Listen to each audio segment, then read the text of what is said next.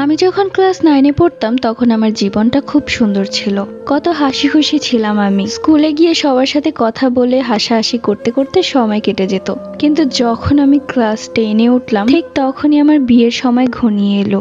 বাবা মায়ের কথা মতো একটা অচেনা ছেলেকে বিয়ে করে ফেললাম। ভেবেছিলাম আর 10টা মেয়ের মতো বিয়ের পর আমার জীবনটাও খুব সুন্দর হবে। আমিও আমার স্বামীর সাথে হেসে খেলে দিন পার করব। শ্বশুর শাশুড়ি থেকে বউ না, বরং মেয়ের মতো আদর পাবো। কিন্তু আমার ভাগ্যের কি পরিহাস, কেউ আমাকে 2 পয়সা দিয়েও দাম দেয় না।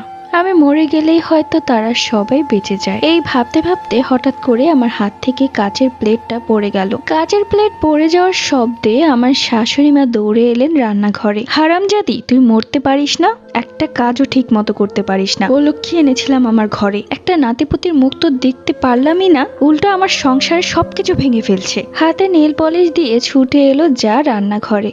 উফ মা, প্রত্যেক দিন এই অশান্তি আমার ভালো লাগে না। আপনি এই অপয়াটাকে বের করে দেন না কেন বাড়ি থেকে? কতবার করে বললাম ওকে বের করে দেন এই বাড়ি থেকে। আমার ছোট বোনকে এই বাড়ির বউ করে নিয়ে আসি, তখন দেখবেন বছর ঘুরতেই আপনি নাতিপুতির মুখ দেখতে পারবেন। আর এই অলক্ষীর থেকে তো কোনো কিছুই আশা করা যায় না। সারাদিন শুধু খাই খাই আর কাজের বেলায় কিচ্ছুই পারে না। তখনই আমার জায়ের ছেলে কান্না করে উঠে। রত্না, তুমি এই অপয়ার সাথে কথা বলো না, তোমার ছেলে কান্না করছে। তুমি গিয়ে বাবুকে দেখো, এর সাথে কথা বললে আমাদের চোপাই ব্যথা হবে। এরপর শাশুড়ি মা চলে গেলেন। আমি একটা দুটো করে কাচের ভাঙা প্লেটটা একসাথে করছি। এরপর ঝাড়ু দিয়ে সুন্দর করে পরিষ্কার করলাম। সন্ধ্যায় আমি ছাদে গেলাম সবার কাপড়গুলো ছাদ থেকে আনার জন্য। কাপড় তোলার সময় পেছন থেকে আমার শাশুড়ি মা বলল, একটু পরে বাসায় মেহমান আসবে, তুই ভুলেও সামনে যাবি না। আমি তাকে জিজ্ঞেস করলাম, কে আসবে মা? তখন আমার শাশুড়ি মা আমাকে বলল, তোর স্বামী যে মেয়েটার সাথে কথা বলে সেই মেয়ের পরিবার আসবে। এই কথা শোনার পর আমার আর কিছুই বলার ছিল না। আমি একটা মুচকি হাসি দিয়ে বললাম, ঠিক আছে। এরপর ছাদের সবার কাপড়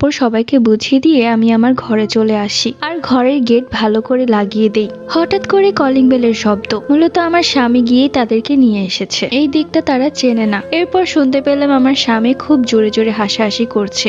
সে বেশ খুশি। মেয়ের মা এসেছে, মেয়ের বড় ভাই এসেছে। আমার শাশুড়ি মাও কি সুন্দর হেসে হেসে কথা বলছে তাদের সাথে। এরপর রাতে খাওয়া দাওয়া শেষ করে তারা চলে গেল। আমি রুম থেকে বের হতাম না, কিন্তু প্রচন্ড ক্ষুধা পেয়েছে। সারা দিনেও কিছু খাইনি। রান্নাঘরে গেলাম, দেখলাম শাশুড়ি মা দাঁড়িয়ে আছে। দেখলাম সবার এঁটো খাবারগুলো একটা প্লেটে রাখছে। আমি রান্নাঘরে যাওয়া মাত্রই সেই এঁটো প্লেটটা আমাকে দিয়ে বলল, লাবিবা, তুই এগুলো খেয়ে নে, টাকা দিয়ে কিনেছি, জিনিসগুলো কি ফেলে দিব? আমি তখন মুচকি হাসি দিয়ে এঁটো প্লেটটা নিয়ে রুমে চলে আসি। খুব তৃপ্তি করে খেতে লাগলাম। আজ অনেকদিন পর ভালো খাবার পেয়েছি। এমনিতে তো পচা ভাত আর একটা কাঁচামরিচ দিয়েই আমার পেট ভরে যেত। খাবার খেতে খেতে ভিডিও কলে কথা বলতে বলতে আমার স্বামী রুমে এলেন।